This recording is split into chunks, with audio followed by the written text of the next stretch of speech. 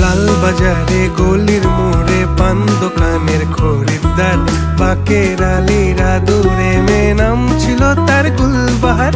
লাল বাজারে গলির মোড়ে পান দোকানের খরিদ্দার, বাকের আলীরা